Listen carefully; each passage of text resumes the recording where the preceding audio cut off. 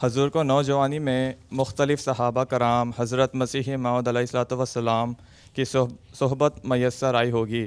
پیارے حضور اسرار شفقت صحابہ کے ساتھ کوئی یادگار واقعہ بیان فرمائے۔ بچپن میں یا 15-16 سال کی عمر میں صحابہ سے کوئی لمبی چوڑی سٹنگس تو نہیں ہوئیں۔ مولانا غلام رسول راجی کی صاحب سے بات کیا ہوں میں، وہ بیٹھتے تھے، بڑے دعا گو تھے، ان کو کہو دعا کے لیے تو دعا کر کے ہاتھ اٹھا لیا کرتے تھے۔ حافظ شاہ جان پوری صاحب تھے، بڑے علمی آدمی تھے، انجمن کے کوارٹروں میں رہتے تھے، ان کے پاس میں جاتا ہوں، ان کو علم بھی بڑا تھا اور بوڑھے ہو کر بھی ان کی یادداشت بڑی اچھی تھی۔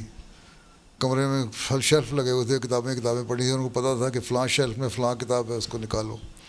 ان سے علمی گفتگو جن کے ساتھ میں جاتا تھا وہ ان سے علمی گفتگو کرتے تھے، تو یہ چیزیں یاد ہیں۔ حضرت مسلم موعود کا بھی صرف جانا اور بیٹھنا اور سننا باتیں، چھوٹی موٹی باتیں، ان کا خطبہ دینا، ان کی تقریریں کرنا بھی یاد ہے، لیکن مجھے تقریریں یاد نہیں۔ ٹھیک، میرے دادا صاحب جی تھے، حضرت مسلم کے چھوٹے بیٹے تھے سب سے، وہ بھی کوشش یہ کرتے تھے کہ تربیت ہمیں کی جائے۔ مجھے یا میرے بھائی کو کہتے تھے اخبار پڑھ کے سناؤ، خبریں، خود لیٹ جاتے تھے۔ مجھے کہتے تھے قرآن شریف پڑھو، اور خود سنتے تھے قرآن شریف۔ ٹھیک ہے، اور آرام سے ٹیک لگا کے آنکھیں بند کر لیتا، تو میں سمجھتا تھا میں پڑھتا جاؤں گا تو ان کو پتہ نہیں لگے گا، لیکن میں پڑھتے ہوئے جہاں غلطی کرتا تھا تو فوراً ٹوک دیتے، نہیں یہ آیت اس طرح نہیں، یہ لفظ اس طرح پڑھنا ہے تم نے۔ ٹھیک، سن رہے ہوتے تھے تو داغ نہیں لگتا تھا ہمارا۔ ٹھیک ہے، تو ویسے بزرگ سے واسطہ پڑا ہے۔